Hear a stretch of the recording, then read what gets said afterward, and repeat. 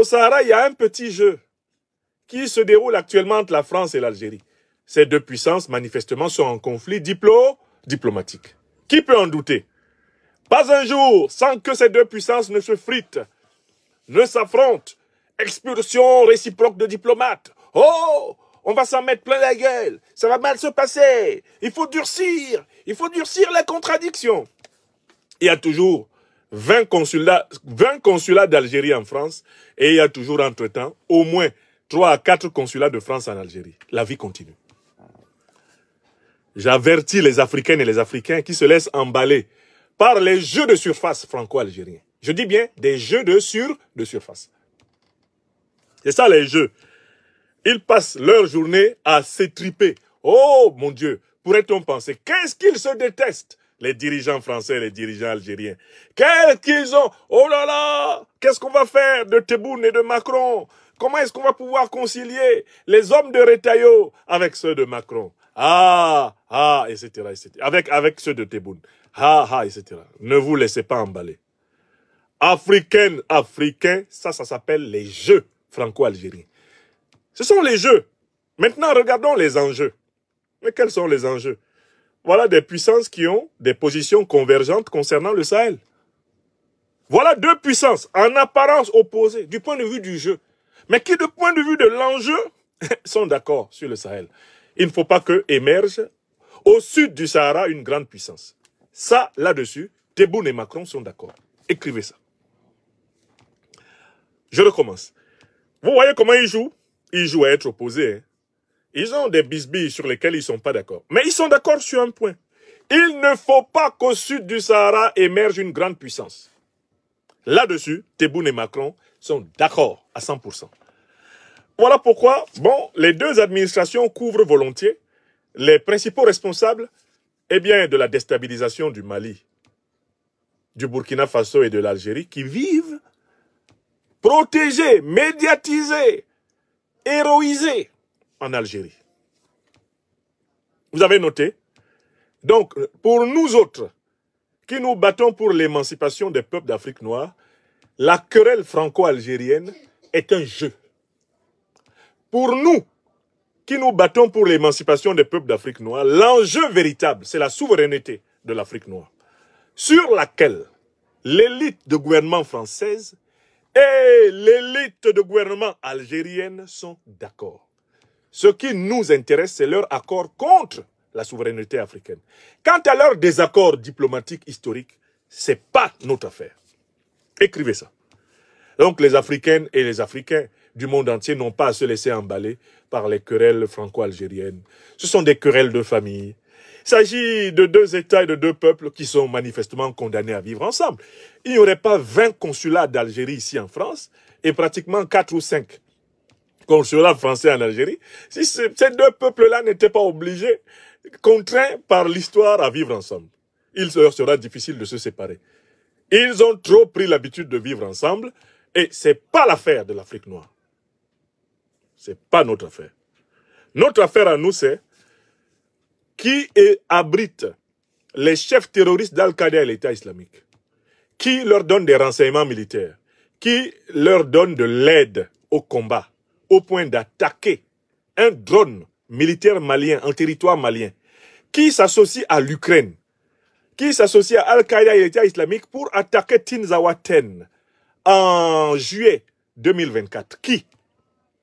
Qui donne de larges plages dans France 24, dans RFI, dans Jeune Afrique, dans Le Monde, aux chefs terroristes d'Al-Qaïda et de l'État islamique, qui finance ces organisations à travers le mécanisme subtil des rançons et des otages.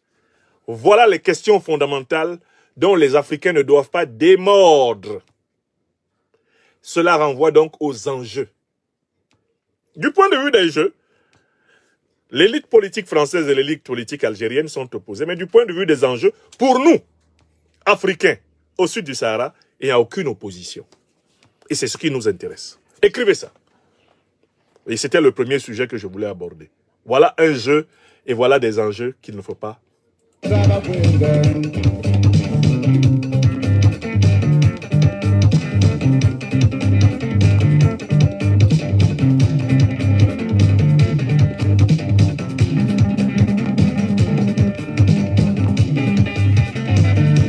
Donc, une fois que vous avez compris que ces deux puissances ont un intérêt commun dans la déstabilisation du Sahel, parce que c'est la condition de l'affirmation de leur puissance contre l'Afrique noire, eh bien, vous ne vous laissez plus distraire par leurs querelles diplomatico-historiques.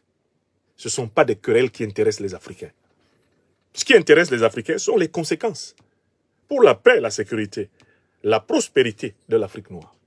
Et là, on voit très bien une convergence franco-algérienne. OK.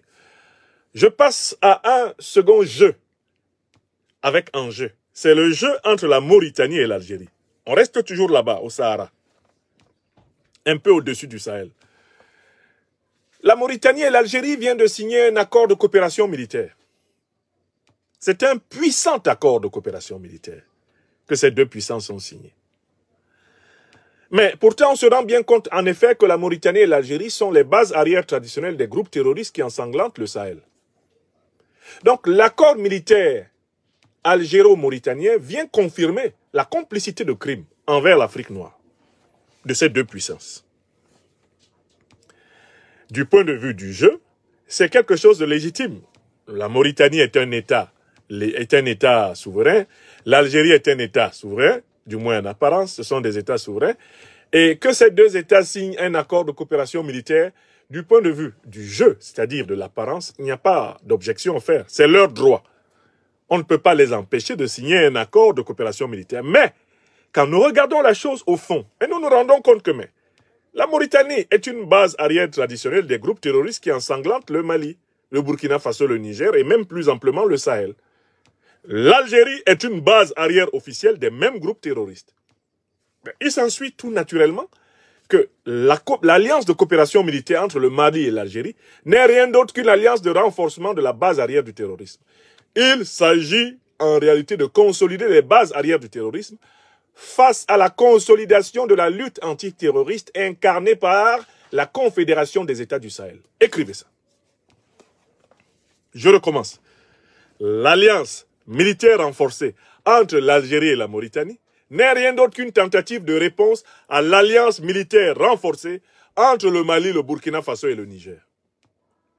D'un côté, la CEDEAO renforce son alliance militaire pour servir les intérêts du néocolonialisme français et de l'impérialisme occidental contre l'AES, et de l'autre côté, l'Algérie et la Mauritanie renforcent leur alliance pour pouvoir servir efficacement les groupes terroristes qu'elles hébergent sur leur sol. Voilà l'enjeu. Écrivez ça. Et ça, c'est la deuxième remarque que je voulais vous donner. Il ne s'agit pas d'un renforcement militaire anodin. C'est parce que les terroristes sont en débandade au Sahel que leurs parrains sont obligés de resserrer étroitement leurs liens pour pouvoir leur donner les moyens de porter mieux les stockades contre l'Afrique au Sahara, contre l'Afrique noire. Le tout sous l'égide de l'OTAN qui parraine les opérations algériennes, françaises et mauritaniennes. Bien sûr, tout comme les opérations de la CEDEAO. Ça, c'est vrai. On continue. Jeux et enjeux. Jeux et enjeux africains. Écoutez-moi bien. Vous allez tout comprendre. Mamali Wenge.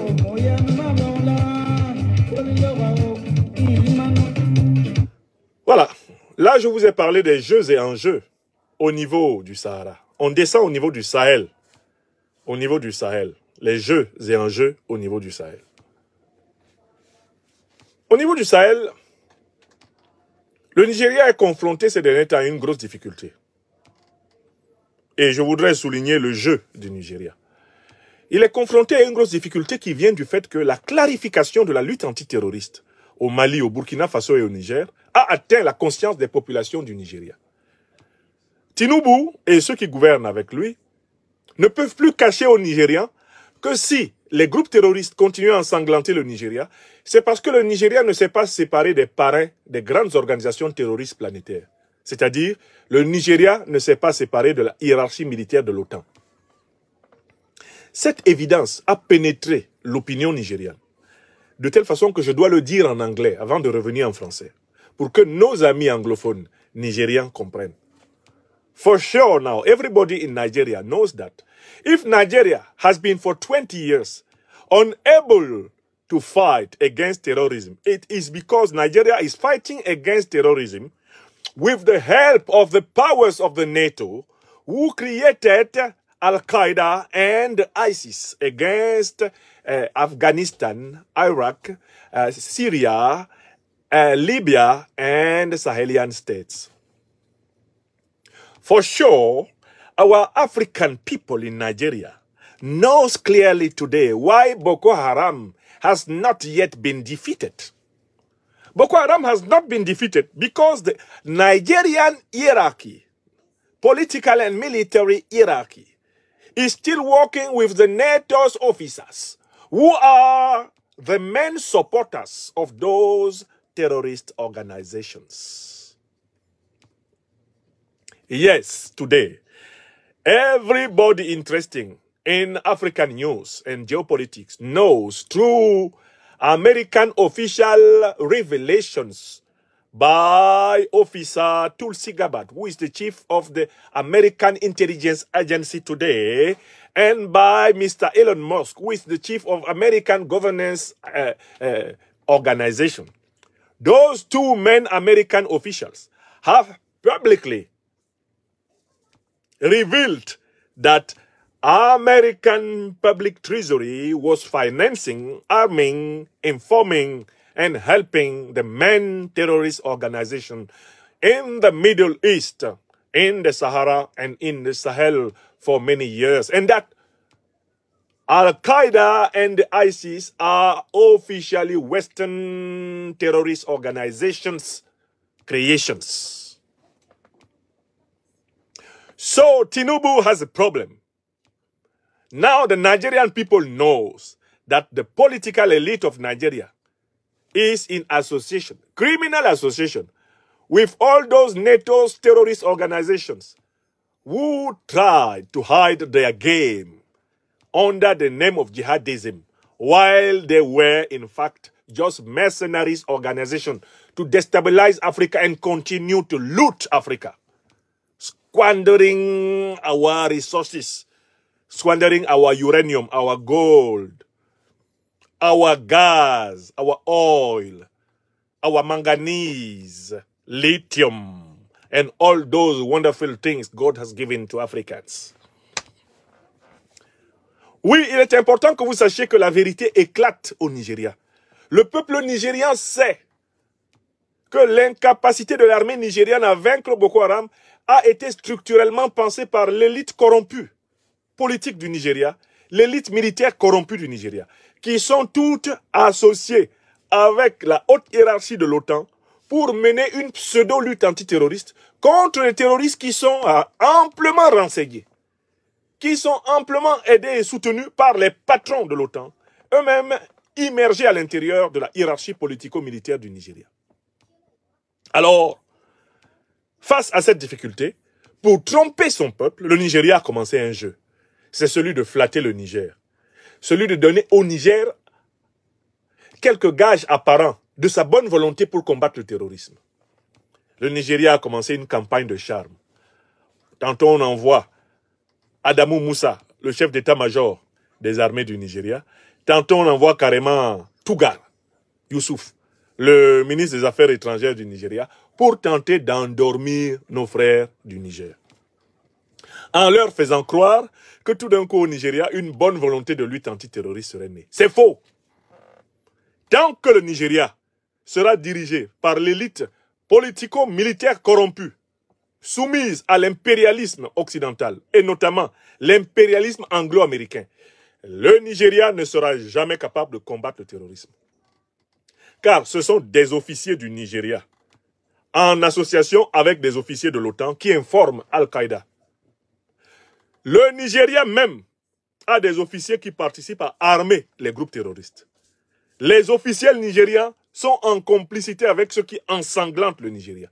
Tant que cette confusion entre la hiérarchie impérialiste et la hiérarchie politico-militaire nigériane sera une réalité, le Nigeria ne pourra jamais être un partenaire fiable dans la lutte antiterroriste au Sahel, en Afrique, ni même au Nigeria. If in Nigeria, some NATO's officers continue to be hidden into the military and political hierarchy, Nigeria will never be able to fight against terrorism. And Boko Haram will never be vinced. Boko Haram will never be defeated in Nigeria. Take notice of that. I'm telling you the truth today. Donc, le Nigeria joue un jeu.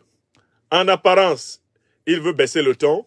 Il veut approcher le Niger avec humilité. Alors qu'en réalité, il veut infiltrer le Niger pour mieux renseigner ses vrais patrons, à savoir, eh bien, les patrons criminels de l'OTAN.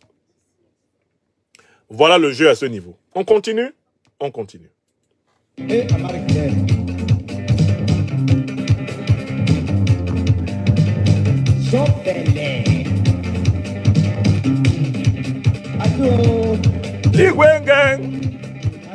Le festival des vérités crues. Qui n'a pas encore partagé cette émission? Vous avez peur de quoi? Voilà la vérité. Ils jouent, mais nous on voit les enjeux. Allons au Sénégal. Allons au Sénégal, au pays des aventuriers ambigus. Bassirou Diomaye Diakhar Faye et Ousmane Sonko. Ils ne sont pas encore les maîtres totaux, ils ne sont pas encore les maîtres véritables de l'appareil politico-militaire du Sénégal. Le président Bassirou Diomaye Faye et le premier ministre Ousmane Sonko. Quelles sont les preuves que j'ai en ce sens? Première preuve. Le premier ministre Ousmane Sonko, il y a quelques mois, s'est plaint du fait qu'il n'était pas obéi par les ministres de la Justice, de l'Intérieur et de la Défense. Écrivez ça. Preuve 1. Sonko et Diomaye ne maîtrisent pas encore la totalité de l'appareil d'État sénégalais. Pourquoi? Parce que cet appareil d'État, dans ses fonctions les plus vitales, les plus essentielles, est encore sous le contrôle du néocolonialisme français et de l'impérialisme occidental. C'est le cas, notamment, des affaires étrangères. C'est le cas de la justice. C'est le cas de l'intérieur et de la défense. Écrivez ça. Comme ils sont en difficulté là-bas, ça explique le retard de leurs réformes. Et ça explique leur continuelle dépendance envers le néocolonialisme français et l'impérialisme occidental. Exemple, ils continuent de solliciter auprès de l'Union européenne une aide de 15 millions d'euros pour pouvoir sécuriser, soi-disant, leurs frontières avec le Mali. Je recommence l'exemple. On m'appelle le docteur des preuves. La preuve que Sonko et Diomaye, là, ils ne se sont pas libérés, ils ne se sont pas affranchis du néocolonialisme et l'impérialisme. Ils comptent sur l'aide européenne. Ils attendent 15 millions d'euros pour pouvoir sécuriser leurs frontières avec le Mali.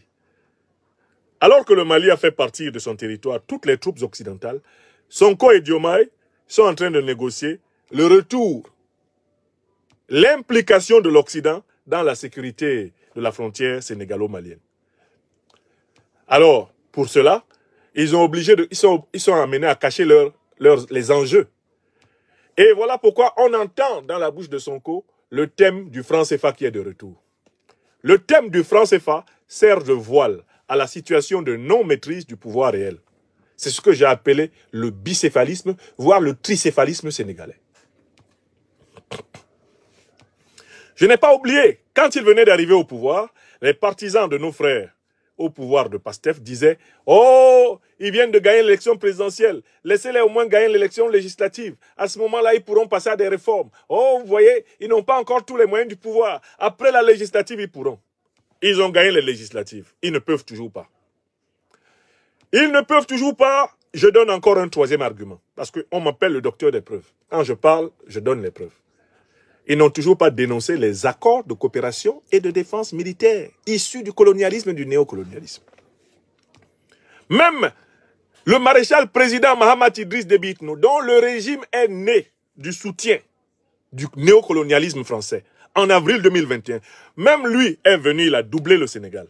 Il a rompu publiquement les accords de coopération et de défense militaire avec la France. Diomaye, comme vous voyez là, et Sonko qui est là, ils n'ont toujours rompu aucun accord essentiel. Je dis bien aucun. Ils sont toujours dans la main du néocolonialisme français. Et quand Sonko évoque le franc CFA, c'est juste pour mettre la pression sur la France et sur l'Union européenne pour qu'on lui fasse des décaissements de l'aide française au développement et des fameux budgets pour la sécurisation de sa frontière avec le Mali. Voilà les jeux et les enjeux des aventuriers ambigus de Dakar. Bien sûr, je connais leurs militants, ne supportent pas la vérité. Ils vont recommencer à crier « Waouh, waouh, waouh, waouh, waouh !» Mais je m'en fous. Moi, je suis là pour parler des jeux et des enjeux de mon continent. Et je donne des preuves. Hein. Vous, les militants de PASTEF qui allez vous plaindre, allez leur demander pourquoi ils s'en vont demander à l'Union européenne de sécuriser leurs frontières avec le Sénégal et avec le Mali. Les dirigeants sénégalais, ils ont quoi avec le Mali pour avoir besoin de l'Union européenne pour ça? Allez leur demander où est la rupture de l'accord de coopération et de défense qui a été signé dans les conditions néocoloniales depuis Senghor. C'est rompu où? Bon, si vous n'avez pas tout ça là, taisez-vous, rasez les murs d'Afrique. Ceux qui sont à la tête du Sénégal, je ne les ai pas appelés par hasard des aventuriers ambigus. Et pour connaître comment les aventures ambiguës là finissent, il faut lire le célèbre roman de Cheikh Hamidou Kane. Il faut le lire entièrement et suivre l'itinéraire du personnage central, Samba Diallo. Notamment lire le dernier chapitre. Vous allez comprendre comment un régime ambigu finit, comme Samba Diallo. Le nini conduit à la déchirure finale. Donc, ne vous laissez pas emballer par les déclarations tonitruantes de Sonko sur le CFA. Il n'est pas prêt à y toucher. Il n'est pas prêt à y toucher. Parce qu'avant de toucher au CFA, il faut d'abord toucher aux accords de défense et de coopération. Tu dois entièrement sortir de la dépendance militaire avant de toucher à la monnaie. Et de ce point de vue, le Mali, le Burkina Faso et le Niger sont méthodiques.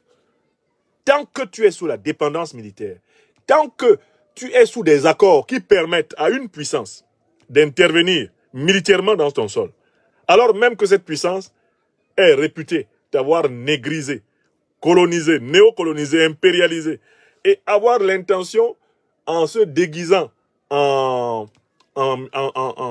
mercenaire, en société militaire privée, l'intention de se maintenir dans ton sol, tant que tu n'as pas liquidé la question sécuritaire, tu ne peux pas toucher aux questions monétaires. Le Sénégal de Diomaye et Sonko est en retard. Ne vous laissez pas flatter par les petites déclarations de Sonko. Ce sont des formes de chantage qui sont faites pour obtenir l'aide française au développement et les financements européens. Est-ce que c'est clair? Voilà. Donc, ne vous laissez pas emballer par ça.